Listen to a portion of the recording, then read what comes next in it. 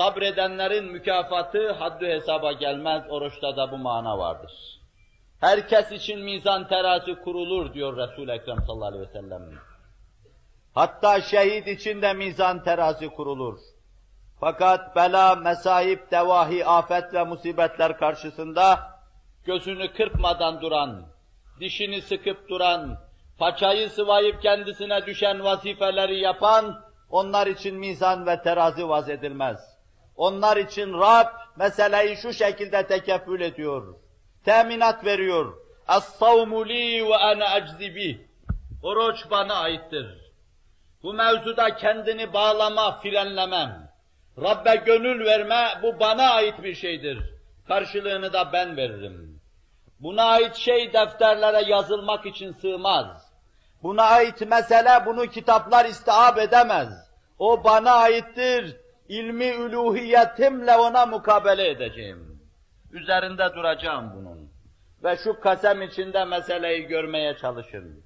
فَوَالَّذ۪ي نَفْس۪ي بِيَدِهِ لَخَلُوفُ فَمِ الصَّائِمْ اَطْيَبُ عِنْدَ اللّٰهِ مِنْ رِيحِ الْمِسْكِ. Bir rivayette yevmel kıyameti kaydı da var. يَقُولُ اللّٰهُ تَعَالَى يَذَرُ اَوْ يَدَعُ شَهْوَتَهُ وَطَعَامَهُ وَشَرَابَهُ لَأَجْلِي فَالصَّوْمُ لِي وَأَنَا اَجْزِ بِهِ. Nefsim elinde olan Allah'a yemin ederim ki Resul-i Ekrem buyuruyor. Kasemle, emniyet telkin etmek için, hayatı sıdıktan ibaret olan, hayatına rüyasında dahi kizip ve yalan girmeyen, kainatın iftihar tablosu, Hazreti Muhammed Aleyhisselatu Vesselam, seni inandırabilmek için diyor ki, nefsim elinde olan, beni elinde tutan, öl dediği zaman öldüren, diril dediği zaman diril Muhammed dirilten, Allah'a yemin ederim ki, oruç tutanın ağzının kokusu kıyamet günü Allah indinden, miskten daha nefis, daha etyaptır buyuruyor. Allah şöyle buyurur, niçin öyledir? Allah şöyle buyurur, o şehvat-ı nefsaniyesinin, beşeri isteklerini aştım, yemeği içmeyi terk etti, bütün bunları benim için yaptım. Ben dünyayı onun önüne nimet sofraları halinde serdim. Elmaları güldürdüm, üzümleri tebessüm ettirdim. Karpuzda nimetlerimi karşısına çıkardım. Tablaların biri gitti, öbürü geldi önüne. Birbirini takip edip durdular. Oysa bunlara karşı gözünü de kapadı, kulağını da kapadı, ağzını da kapadı. Bunları yapması için onun sırtına ateş basan, kafasına tas basan yoktu. Gönlüyle, iradenin kavgasını veriyor, iradesiyle benim için yapıyordu. Li ecli diyor, benim için yapıyordu. Benim için yapılan bir şeyin mükafatını başkasına havale edip yazdırmam. Onun için sicillat tutmam, kütüklere kaydettirmem. O ilmi ilahimde kendine has hüviyetiyle, ağırlık ve ihtişamıyla sabittir. Ve ana eczi bih. Ben de ona göre mükafat ihsan ederim.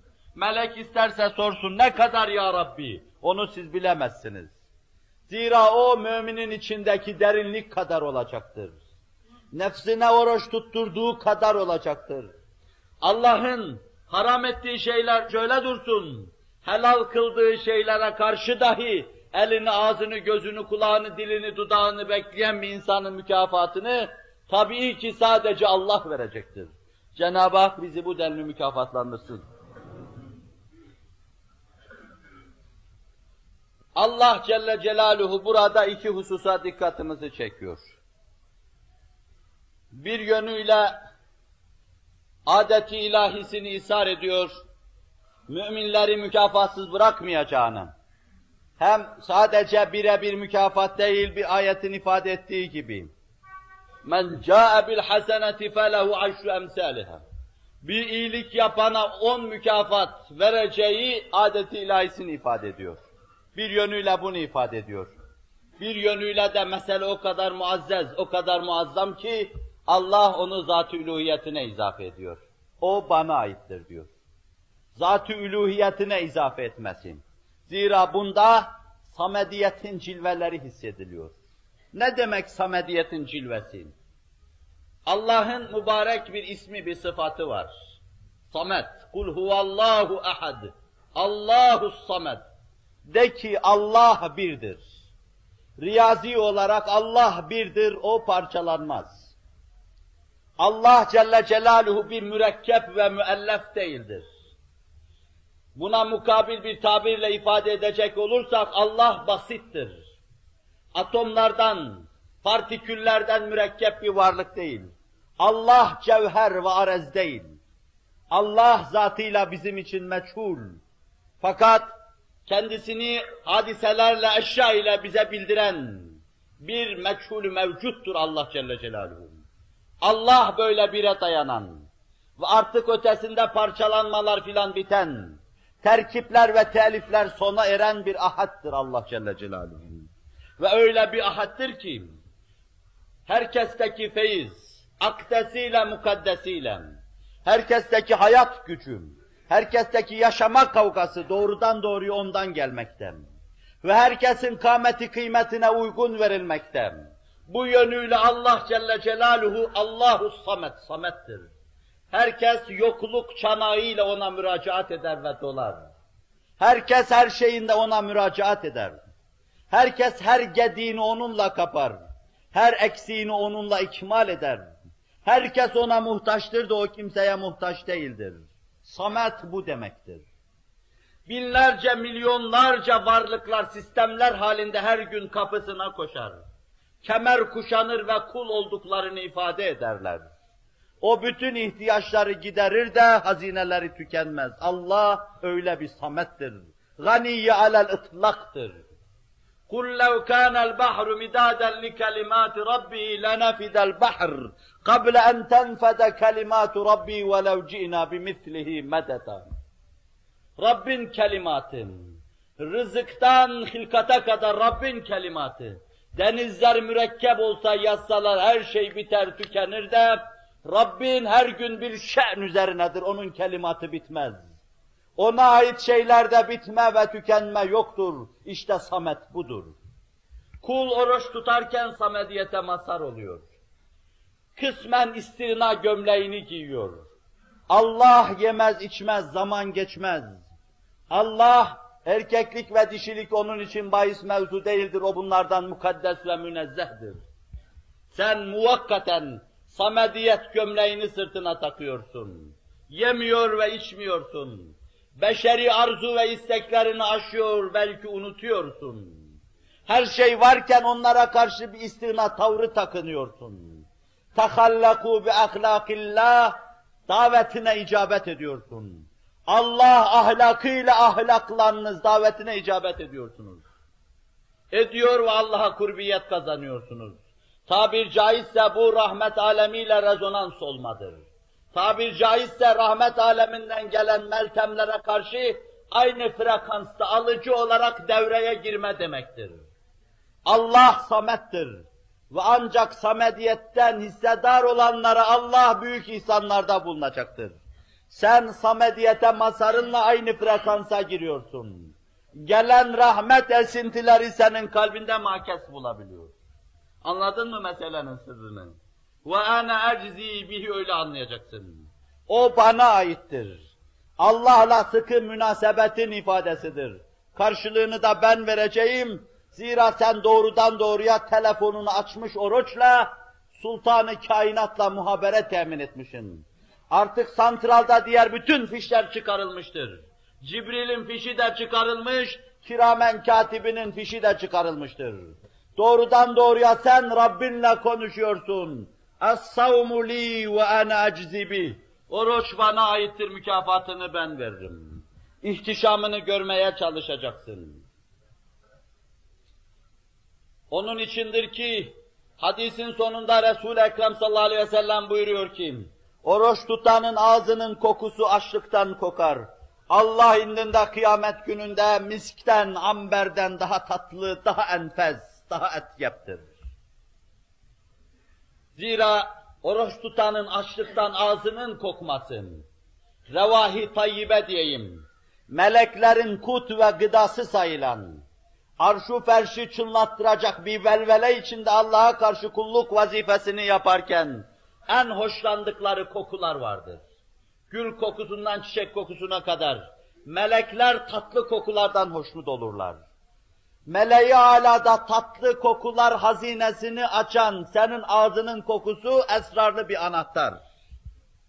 Meleklerin burnuna gidecek tatlı kokular senin ağzından, açlıktan çıkan kokuyla açılıyor o hazineler. Binaenaleyh sana göre kerih olsa bile, o güzel kokular hazinelerini açması itibariyle Allah indinde en enfes, en etyaptır. Saniyen, size ve bize göre bazı kerih şeyler vardır ki, bunlar neticesi itibariyle çok hoştur. Şehidin vücudundaki yara Allah nazarında bir güldür. Ondan akan kanın kokusu da Allah nazarında misk-u amberdir. Onun içindir ki şehidin kanı yıkanmaz, yarası sarılmaz, ona kefen sarılmaz, o gasledilmez, öylece gömülür.